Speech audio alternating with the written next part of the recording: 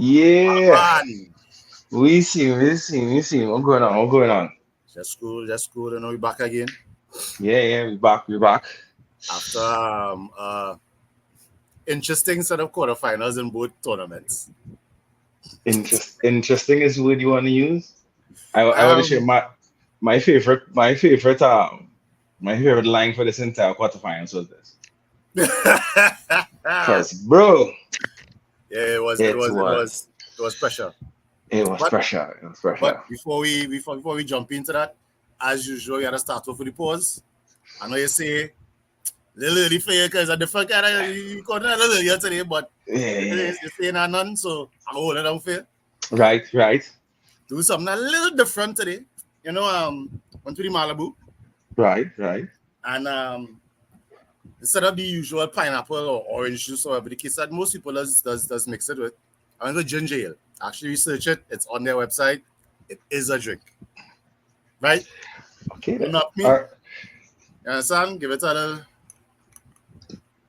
Let's stir. stir. Right.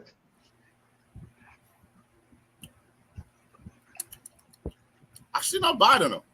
It's not the All right. best. You know, quiet taste for most. But it's not bad. All right, cool. I'll give it I'll trust you on that one. I'll give it like about a 6 or 7, depending on your taste buds. All Depending on right. your taste buds.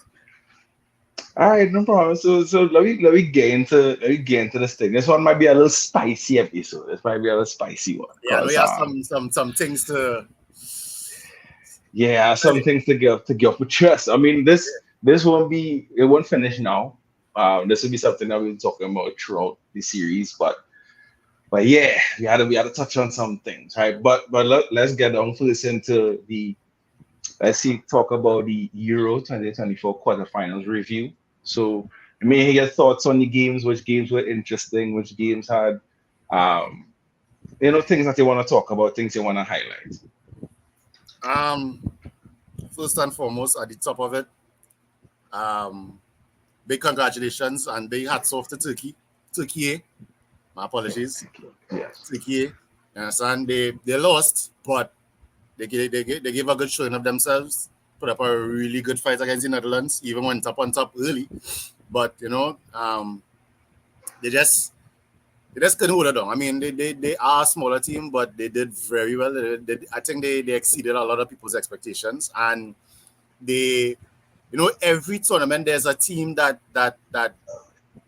wins over the fans. I think Hmm. Turkey was this team for this tournament. Right. So I want to say hats off to them. Um, but Spain, Germany, and all too was a very exciting game. I mean, Spain won it in extra time. In the dregs And before that's header kickoff. too. Yeah. So congrats to them. Moving on. So let's get into the BS of it all.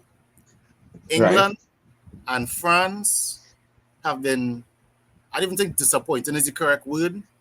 They have been very boring to watch. And we keep waiting for them, especially France, to kick it up a notch and actually show the kind of star power that they have in the team. I mean, thank God Deschamps actually made a good decision on starting Camavinga. But other than that, the team is very flat. Do you even talk for England? There's no. I even think Southgate have a tactic. I think he used up all the social media banter and information that he got through the first leg of the group stage and the last up the round of 16. So I think he ran out of ideas right now because the team has, imagine they had to wait until they get a goal, then to actually start to play. And then even when they equalize, they revert back to the boring knock in, knock here, knock there, not even attacking, just kind of looking for something to do, looking for an idea, looking for some kind of clue. Like they completely lose their mind as to how to play football. I don't understand what is going on, but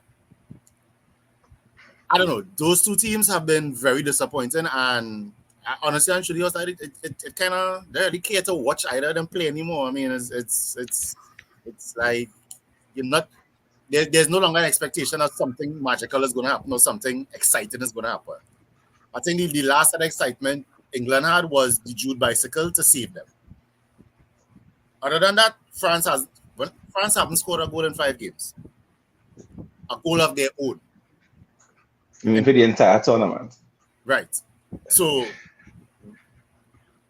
you have Mbappe, you have Thuram, you have Dembele, you have Griezmann, you have Tchouameni. You have a lot of quality attacking players or players that can score or create chances, and they have not. So I'll kick it over to you because that is, I don't even know what again to say about those two teams. So I'll go with Spain, Germany first. Seeing that Germany was my pick to win, and they lost to Spain. To me, they gave a good account of themselves. If Fulkrug was a little bit more clinical on that day, I think they would have gone through. He did miss some opportunities that he was kind of closer to scoring in other games. But I can't knock Spain for how they played. They played very well. Germany played very well too. So that game was actually a highlight for me. It was a great battle, back and forth battle between the two. And especially how Germany kind of transformed after, I mean, they conceded the goal and they transformed into a different formation and how they were playing and stuff. It was really interesting to watch. Same thing with Spain after a while, they transformed into not having a central striker, taking up the two wingers and playing basically with attacking midfielders across the front line. So that was the most interesting game to watch. Well, yeah, most interesting game to watch because the most exciting to me. And well, yeah, the Turkey-Netherlands game too was also great in terms of Turkey giving a good account of themselves.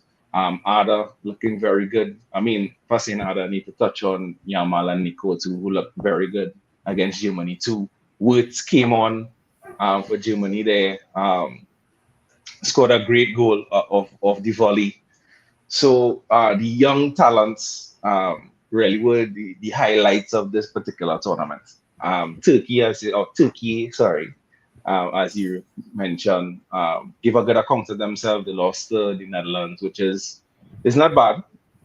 There's another thing concerning Turkey that I want to raise, but we leave that for another section. I'll leave that out for now, right? But I agree with you. I think England, for me, is a bit more disappointing than France, and hear me out as into why.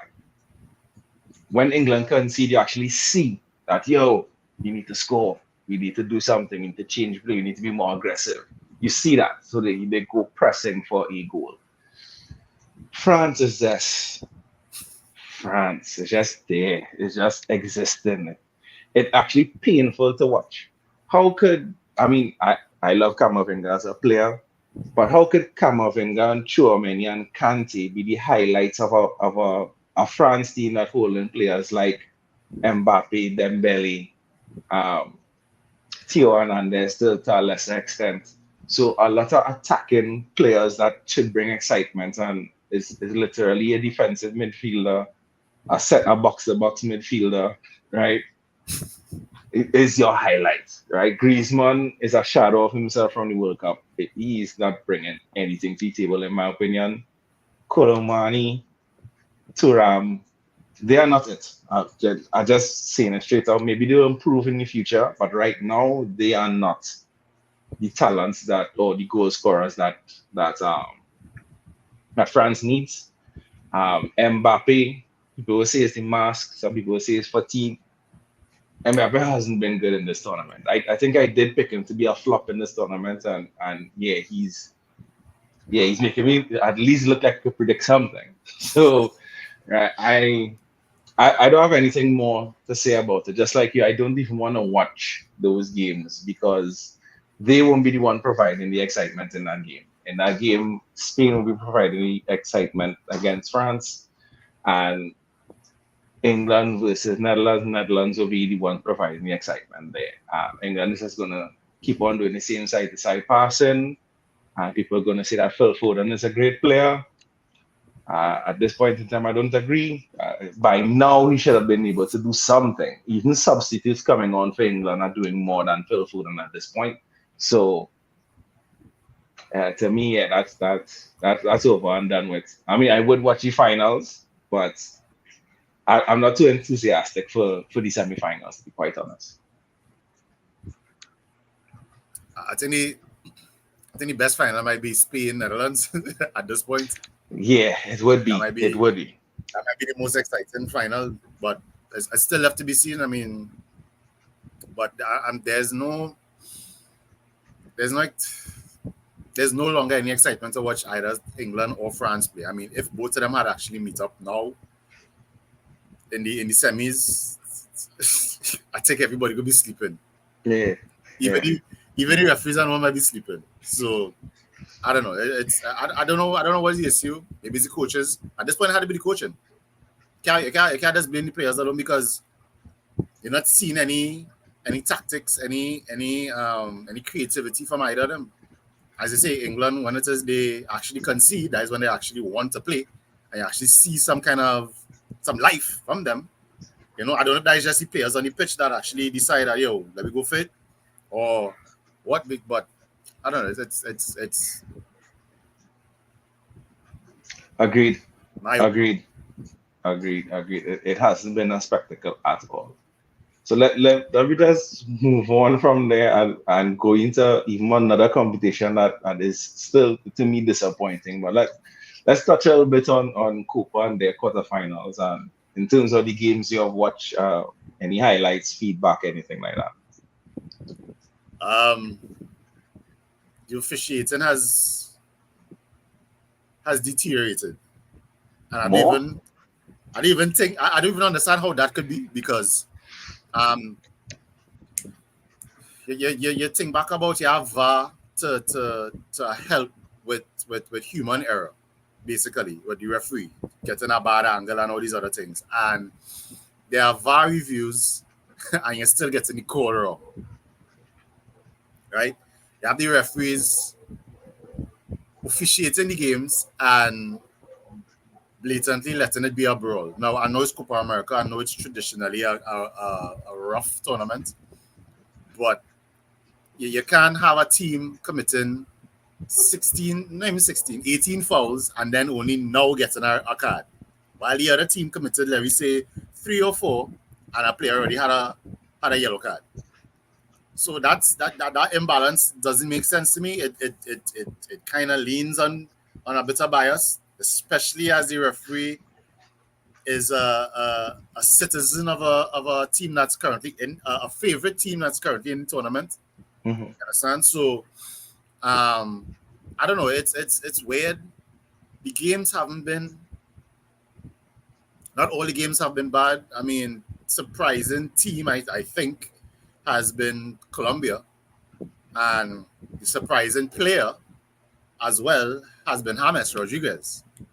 For a player who has been struggling in terms of his club form, he surprisingly has refound his mojo, I guess, for the national team, and he has them running and clicking like a well-oiled machine. So, I mean, big up to James. Right now, he's the MVP. So, in my opinion, you know, other than that, Argentina hasn't looked good. Uruguay, for all they have done, they played a game against Brazil that was, I guess, if you really think about it, it wasn't a bad tactic, because the Brazilians don't really like the contact and the aggression. So it may have thrown them off, because Rafinha and Rodrigo really wasn't a factor. Of course, as we said earlier, in Brazil don't have a midfield, so it was basically from the back trying to launch it to the wingers or Hendrick, and it just wasn't working. So it is what it is. So they're home. They load up the Jets and they're home. Canada, surprisingly, they have reached far. I guess in the region where everybody thought the US or Mexico may have reached. They're into the semis. They are going to play Argentina, who they played in the openers, but maybe they learned something. Maybe confidence now. They could. Argentina hasn't been playing well as I've just said. So maybe they catch Argentina. You know, maybe this is the chance to for redemption after that first game. But let's see. But I think right now most people's money might be on Colombia because they are the team that has looked consistently good. Even though they may have had a slow start to the tournament, they have went from strength to strength, and they have been beaten who they need to beat, and handily and commandedly as well. So I mean, maybe they are the team to look out for. They're playing my dark horse next, Uruguay. So let's see. What's your thoughts? All right. I have a couple of thoughts, right? So I agree with you. Even though Copa America is traditionally more a rough tournament due to rivalries and stuff like that, what I watched last night, that to me was the referee couldn't get control of the game because they said there was way too many fouls, and it's only when one foul that was overdone is when they actually now start to say, okay, let's start to give out some cards, right? Because that tackle that Rodrigo got, I forgot the guy who did it on Uruguay side, right? That tackle can be a career-ending tackle because it was studs up right above and on the ankle. On the ankle, right? So where you can actually see his foot actually bend with the challenge, right? It's only then they decided that hey, that's a red card challenge, and started to give out more cards at that point. Because I think at that point it was like 2-1 in terms of 2 for Brazil, 1 for Uruguay at that point in time. I think if it wasn't 2-1, it was 2-2, right? But it was significantly more fouls for Uruguay. In fact, Uruguay, how they were playing in the group stages wasn't how they played last night. They had a more attacking, fluent style in the group stages, and then in this stage it was like, hey, there you go and do some WWE, dog. Let's you have a wrestling match, because clearly it's not football they were playing. In fact, in terms of chances, Brazil had better chances to score compared to Uruguay. And this is with Brazil not having the best team and no midfielder, as we have said in many different of these podcasts. So to me, being a Vini fan, I just happy he was in that match because I feel he would have been injured. It was unfortunate the type of tackle that Rodrigo got. I have something to touch on concerning tackles, but we'll do that in the next segment too, right? But ideally speaking, that game to me should have been a highlight game, and it really wasn't. And as you're saying, Colombia right now looks like the best team going forward. However, you never know with how the teams go. And if Colombia playing Uruguay and Uruguay plays with that same tactic, it's very possible that they may go down to that same penalties. Very big part play, because every how much ever seconds there's a whistle to stop the game for a foul. So as much as Colombia is looking good, if Uruguay keeps with that particular physical play to that level and it's not being handled in any way, then it might be Uruguay might go through. In terms of Argentina and Canada, shout out to Canada for reaching this far. I don't know if they'll beat Argentina. Martinez scoring goals for fun right now, so hopefully he comes off the bench again and does it for Argentina. But ideally speaking, yeah, I think they have a chance. But we also haven't seen Argentina get up to that level that they can play. So they might hit that level at this point. So you never know. To me, both games are 50-50 depending on how each team plays each other.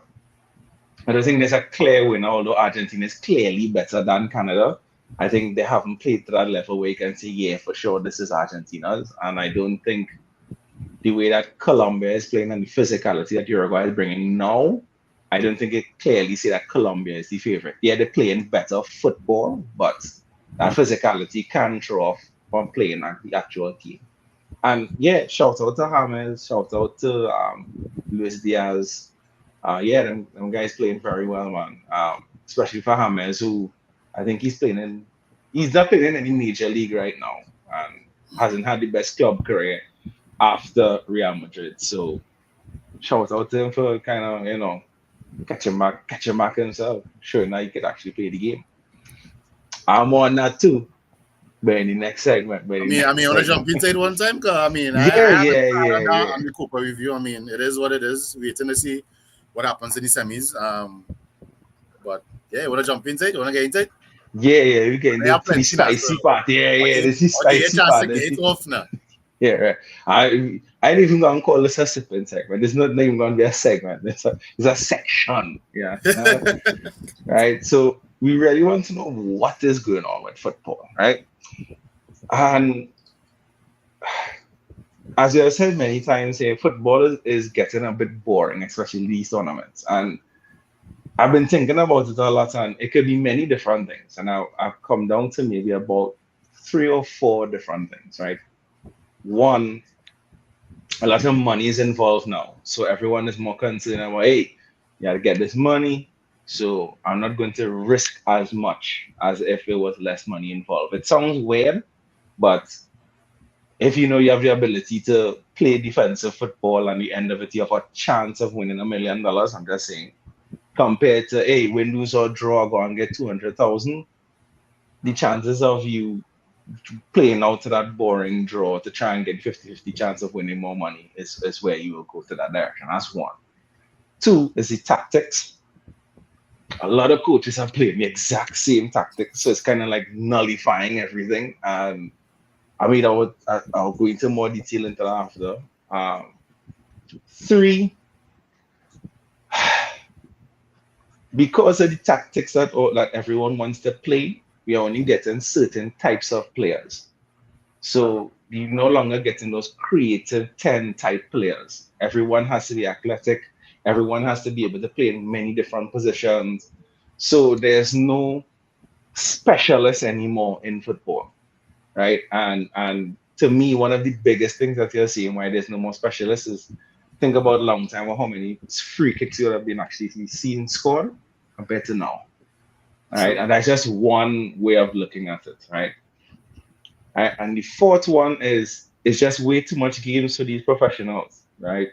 Players are literally saying that they're tired. That I think Mbappe came off the other day, not the other day, the last game, and he actually wanted to come off because he was actually that tired that he couldn't continue going. And to have your best players complaining of fatigue, and yeah, fatigue is going to be part of the game, but I think the amount of games that persons are playing now, and there's going to be more next season.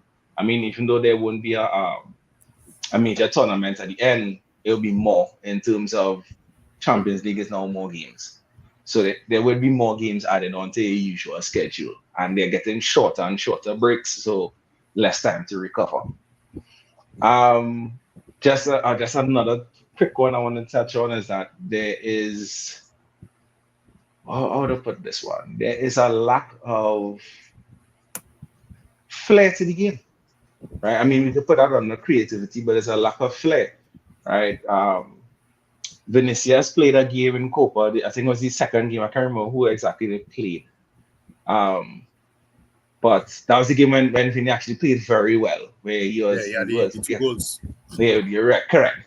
And a coach will come out and say that's how Vinny is playing with too much flair, and the referee should get involved in stopping that. It's like, what we playing? What we playing? Right? How you could tell a player that they're playing with too much flair? Now I could understand. It had like times when Neymar and like Robinho, when they were constantly attacking this one particular player and they were beating them, bringing them back, beating them, bringing them back. I can understand that, but that wasn't what Vini was doing. Vini was literally beating to find space to be able to create a play. So ideally, all these factors to me is what is actually making football extremely boring, right? And the highlight of Euros at this point in time was actually the smaller teams who were playing a different type of football, right? Georgia, come on, Georgia was playing a different high attacking, high output type of game. Same with Turkey, and these these smaller teams were willing to risk it because hey, it's for glory.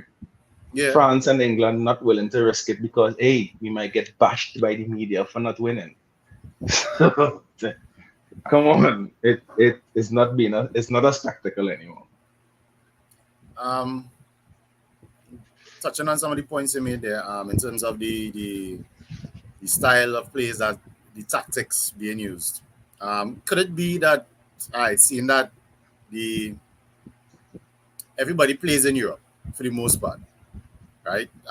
Only if you are a top talent, you are going to play in either EPL, Spain, Bundesliga, or Italy. I mean, it's always been that way, but could it just be that all these teams now are playing, all these European clubs are playing these particular styles of football, that it's no longer any variations. Like I remember Italian football used to be a more defensive and hardcore kind of league. Mhm. Spain was a more flair in Spain. England was long ball, basically. Mhm. Right? So each league had their styles of play that were trump. So you would still have variations in clubs playing each other and stuff. Now everybody's basically playing, as you said, the same style and tactics across the board. So it kind of nullifies each other, and coaches like Pep and think over analyze and overthink things sometimes.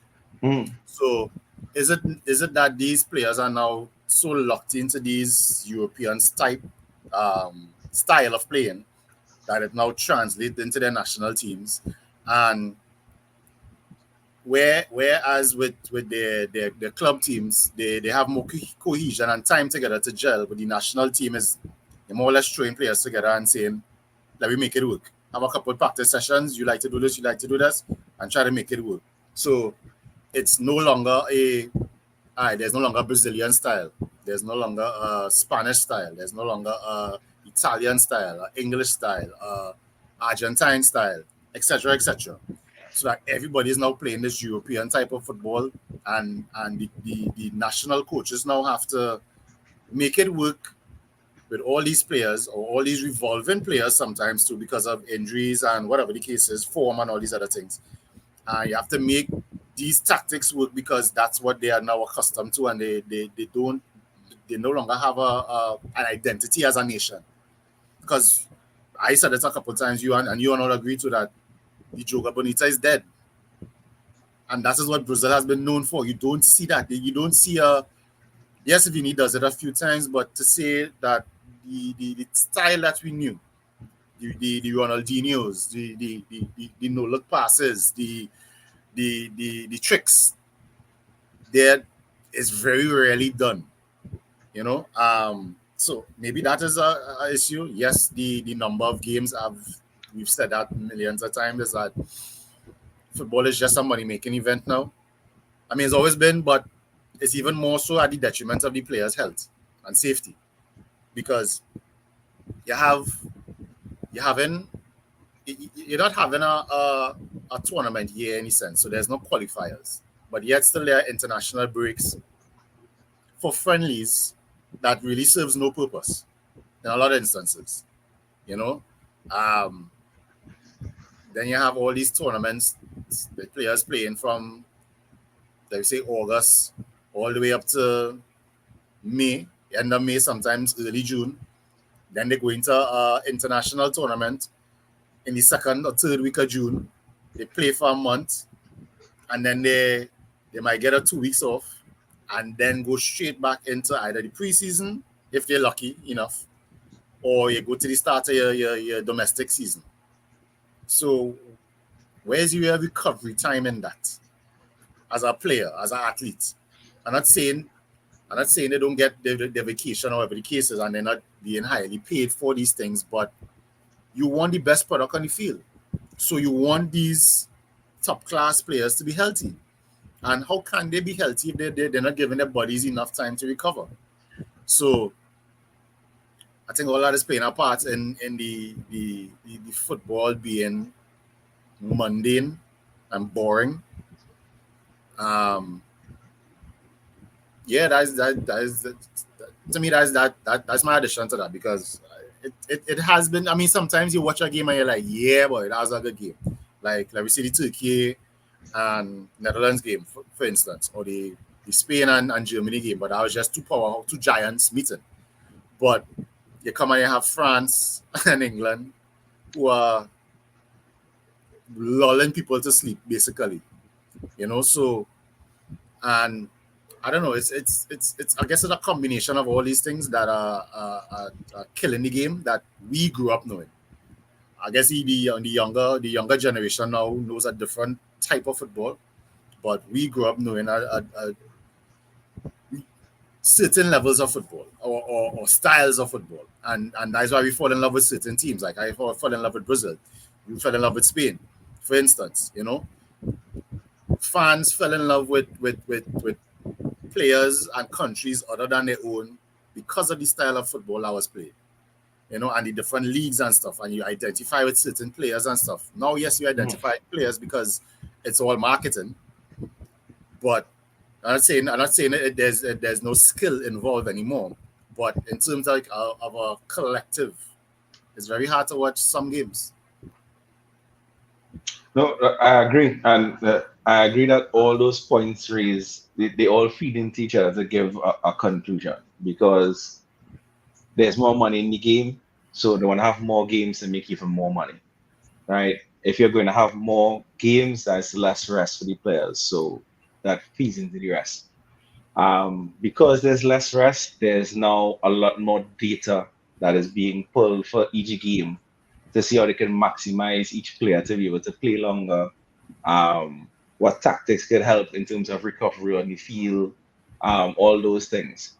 So, and then it also feeds into the type of player you'll want, because now you won't get a player like in this era, you will never see another Hammers again. You'll never see a Ozil. You'll never see Riquelme. You never see like Van der Vaart. You will never see those type of players, because they they weren't the most fit or athletic players. They had a special skill, and that special skill is what made them special, Right. right? To be able to find that pass, to be able to have that skill, to be able to beat and find space, to be able to then release the forward. Because you couldn't see Riquelme running up and down no field from box to box. Riquelme not doing that. He don't have the energy to do that. He don't have the fitness to do that. Okay, my But top speed is about five. yeah, fine, right?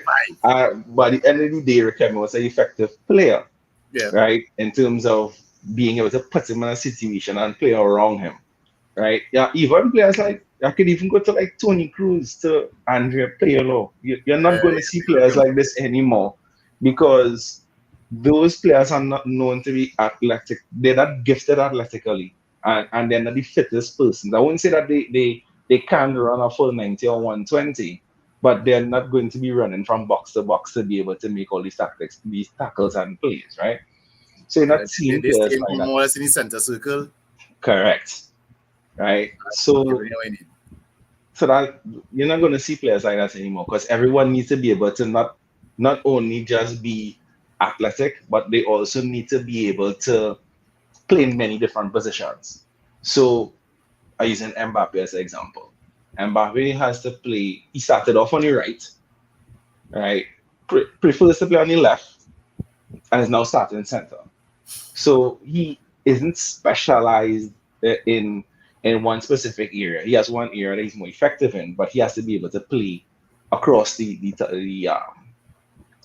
front three, right? Um, a player like let's look at the younger generation here, right? Like let's look at Adagule, who could play in many different places. He might be more specialized to be a 10, being in the middle of the play to distribute. But because you're not playing formations like that that has a 10 per se, he'll be more than likely farmed out to a wing.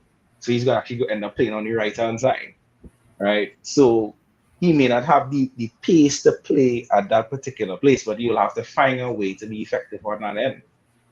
So the game doesn't because of all the data that we're taking in, it doesn't take into consideration specialized players. And I'm talking about midfielders here, but we can even take it further to strikers. We're not going to see a Inzaghi again, a Van Nistelrooy again. We're not going to see those type of players because everyone wants to play everything. Everyone wants to be in a kind of Benzema role. A You have hybrid. to be able, correct. You have to be able to do headers. You have to be able to play with it back to the goal. You have to be able to drop deep to distribute the ball. So we're just producing the same type of players over and over. So the game is going to end up being the same because it's the same type of players being produced. There's no unique factor to anyone besides who could maybe run more.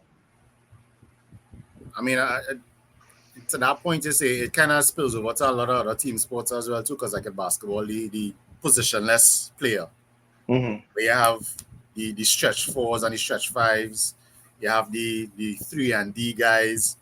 It all comes where it says they want every player in one player, so that all right, this there you say somebody else goes out there, you fill that role. Like Kamavinga he's a center midfielder, he's a left back, he might play center back, he might play attacking mid, he might play like a left wing. So Goalkeeper. it's goalkeeper. So there's always they have like a Swiss Army knife in a player, which is cool for maybe 1 or 2 players on a team, but you can't have the whole team like that. Right? I mean, you need somebody who's a specialist who does what they do. For instance, like a Haaland. Haaland is a goal scorer, and you need to put a creative player like a Kevin De Bruyne with him. Otherwise, he's ineffective.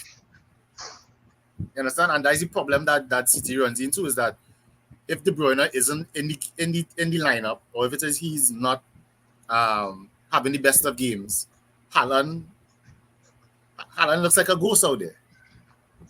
So, and I think you always need a creative 10, like a Zidane, as you say, a Pirlo, even a specialist like a David Beckham. You need these type of players because they bring a different element to the team that could help you win, and you're not just relying on one particular style of play or tactic right through, and if that isn't working, well, you hope for the best. But it's left to be seen. I mean, usually some people adapt and use a formula that is working, and they eventually somebody comes with a different formula and wins a lot, and then other teams decide to follow the same trend. So maybe the new trend is on the way, but it's still left to be seen. But it's very boring now. Yeah, well, we kind of see a new trend because the initial trend was what Pep Guardiola did, right? In terms of that using the German pressing. I always forget the name of it. Is there's a German term for it where you press the ball earlier, how high up the field, so that if when you win the ball, you're in a much better position to be able to attack, right? So he kind of modified that with the tiki-taka way of playing, how Barca was playing at that time when Barca was at the top of the game, right? And that is how he was basically playing. But if you watch Pep now, he doesn't play that same style. Yes, he has a bit of the presence still there, but right now he plays more of a isolation on the wings. So you beat a player isolated on the wings, and then you get a cross into your forward. So that's how you make Haaland effective there, right? Which this is gonna be something funny, man. Which shows to me how very ineffective Grealish is, but that's a whole nother argument. Yeah, because Grealish has actually slowed down the game compared to Doku, who would actually make it more chaotic, Right. and that could create even more chances for Haaland. Right, where Grealish will slow it down and everybody defense can now set until Grealish wait to see what you're gonna do. Yes, so, but He has on ball skill, but he slows down the game so much. One fan, two fan, push it to the back, push it to the back, cut back, and then play to the top of the box. Yeah, that's basically Grealish right there, right? But it will be effective for smaller teams. For a team like City, who trying to play a certain system, Grealish kind of slows that down. So even in the games you're watching, like City versus Real Madrid, man was happy when Grealish was playing because it was like, hey, he got and slow it down. We will get back in formation. We go cool. Easy It's work. only when Grealish get pulled off for Doku's when you start to see the defenses kind of being more shaky because like, hey, this man running at us. He running at us. It will cause confusion. People may have to come across the help, which will open up more space in the middle. Yeah, For because the, guys I out think of De Bruyne was the position. one who scored. Yeah, De Bruyne was the one who scored, right? So I think this guy said it well, and it happens in basketball too, where Schweinsteiger said that how the reason why German footballers fell off in terms of the German national team is that they wanted to follow the same style that Pep was doing because Pep was winning. And you could even say that for basketball, where Steve Kerr was winning with the Warriors, and they wanted to copy that same style. Every team wanted to copy that same style, The small and ball that game. is the small ball, yeah, the million and one gazillion trees. When people need to understand that they had persons who was specialists in shooting trees. But anyway, right? And I think that is the problem right now is that everybody wants to play the same way that Pep did. So I'm not going to blame Pep for that. Pep is Pep, Yeah. right? But this is why I'm saying that all the other coaches don't need to follow that because if you watch this season, Ancelotti didn't play like that, was successful. And he didn't even have a centre forward, right? Gasperini, who broke Xabi Alonso's unbeaten record, or Bayer Leverkusen's unbeaten record in the final of UEFA, the UEFA. Yeah, right, right. He played a totally different way, so it actually caught them totally off guard. But how many teams are willing to do that? Not much. Not much coaches willing to do that, especially as the older coaches are kind of being phased out at this point. Yeah. Yeah. True. True. I don't know. It's still to be seen what's to come, but the game has become kind of predictable and boring and mundane and all these other adjectives that you could use. Mhm. But I don't know. Maybe as I say, maybe the new as you say, there's a new style coming about, but it's not. It hasn't picked up as yet. I guess there needs to be more winning for it to really catch on with other teams. Yeah, correct. Because the new way of play, well, I shouldn't say the new way of playing, but the more copied style of playing right now is isolation on the wings. Right. So that's what you see in Spain playing now, where they kind of isolate on the wings, and Nico or Yama will take you on. Um, Real Madrid was playing now where Vini will be on one wing and take you on from that point of view to create. City is doing it with Doku, and they're going to get Savio soon. So I'm absolutely sure Savio on the right, Doku on the left, going to play that same isolation football. So well, we already see what's the tactic to work against that, right? But works against Vini and everything is that they basically just pack players on that side. Yeah. So yeah, It's still so a work, but I mean, it slows it down a bit. mm, You wouldn't get catch every time down the field. You might get catch 1 in 3 if you're lucky. correct. So but Yeah, I don't know. It's still to be seen. I mean, but the midfield skill, the midfield flair, the midfield creativity, kind of lacking in football. Everybody's kind of like a defensive or a box to box, a Camavinga type, or even if yeah, just yeah, there's no creativity really because you don't have that maestro in the middle anymore. So I don't know. yeah. Look at what people are calling tens right now. Phil Foden, Jude Bellingham, right? I mean, then I'm not saying that they are bad players. They are good. They are good players, but they are not the most creative players in the world. They're not the tens that we know a traditional ten to be. It's like Correct. or what the ten evolved into, rather. So I think Correct. they're more looking at it as the scoring, the Maradona scoring type 10 instead of the Ronaldinho's, the Zidane's, the James, the Modric. Mm. Those type of players. There's no longer that. But Agreed. it's more just an attacking midfielder. That's all. It's a attacking Or a midfielder false who has nine. their it's closer to a false nine, Yeah, actually. Because yeah, I'll agree with that. It's closer to a false nine because they're not creative, but they have the ability to score the ball. yeah. So that's what Jude is actually winning at in terms of being able to score the ball as coming in late there as a 10 and Mm. being in the diamond, right? Um, One thing I would touch on too that is very annoying too with football these days is media. Media is extremely annoying. English As media. a, uh, Media in general, right? Whether it be English, whether it be US, in general, it's annoying. I mentioned one already where the coach came on to say that that Vinny is playing with too much flair and the referee should get involved. So that there is a killer already in itself.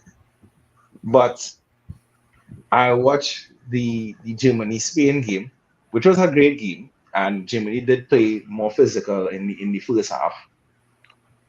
And we know that Pedri got injured, Mm. right? And persons on social media like Tony Cruz went to injure the player because he knew it would be his last game, and that was a nasty tackle and stuff like. I was like, since when sticking out of foot is a nasty challenge, right? It's not a It nasty challenge. happens in every game more than 5 or 10 times in a game. Let's be real. Of course, because at the end of the day, you're going to tackle, you're going to miss time or tackle. Miss time and Mm. tackles is fine. He didn't mash Pedri, it wasn't anything that Studs up, was, wasn't aiming for a particular part on the leg, nothing like that. no. In fact, Tony Cruz could have been as much injured as Pedri in Yeah, that tackle because I, they I clash said it is knees. needed. Correct, they clash knees. So just because Pedri, for lack of a better expression, I go and play it, right? Because I need to play, right? Just because Pedri needs some milk. And I'm not laughing at Pedri because he's injury prone. We know Yeah, yeah, he's yeah, yeah, injury yeah. prone. But persons are making that these injuries are because people are injuring him, and it's not true. It's his he His has body. played way too much. It's his body. He has played way too much. Didn't develop as much. Uh, And that's it. That's another thing too. But finish your point. yeah, and in that case, that is what is happening with him in his injuries. He's a very good player. He could even say, I wouldn't say great, I'll say very good player. Right? He has the potential to be great, but his body right now, for the amount of games that he has played and still developing and such, and he's very injury prone. So that tackle, while that's not a tackle. I mean, if we want to say it was a yellow card, it's arguable. Yes, it could have been, but it's not a nasty tackle. To still go with Tony Cruz is not a nasty man. But one thing I will give Spain credit for, one of the journalists did ask Spain's keeper Unai Simon about the fact that Germany were playing nasty and stuff like that. And Unai Simon saying, we didn't get that impression. Our impression is that Germany were playing a bit more physical, but there was no malice in the play Right. to intentionally injure anyone. Right. In fact, even after the fouls happen, the persons will come and say, hey, sorry, or whatever the case may be. So big up to Spain and Unai Simon for that and not letting the narrative of the media just continue pushing out. Um, you touch on like Pedri, and he's been Mm. injury prone and stuff as a young player. Um, when we mention like all these tournaments and stuff and all these games these players are playing, you gotta look at these younger players too, especially like somebody like Yamal. Mm. You gotta be careful with guys like that because you're looking at a player whose career starting at 15, 16, right? Right. They play in the junior levels, and the one or two who actually get trusted into the senior teams, the senior levels, either the national team or the club teams. And they play all these competitions while their body is still growing and maturing. You tend to have a lot more injuries with them because your body's still growing, you're still mature. You're not at a level where it is right. You at the height where it is you're gonna be. You're still growing. your bone density is not where it's supposed to be, right? So when you get these early injuries, freak injuries or tweaks or whatever the case is, it's hard for your body to really recover properly. Because yes, they may recover fast because young bones and all these other things, young limbs and stuff. But you're also looking at the body still also growing too, and the injury that they recover from is also still growing into that new body type, body structure that they are turning into. So it tends for them to have even greater injuries after the minor one that they may have early.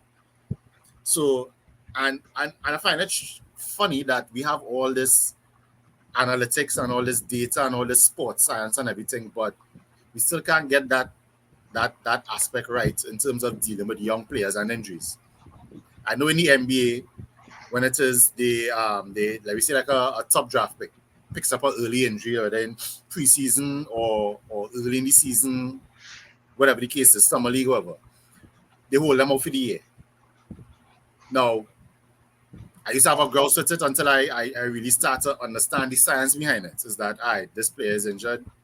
He's only 18 years old.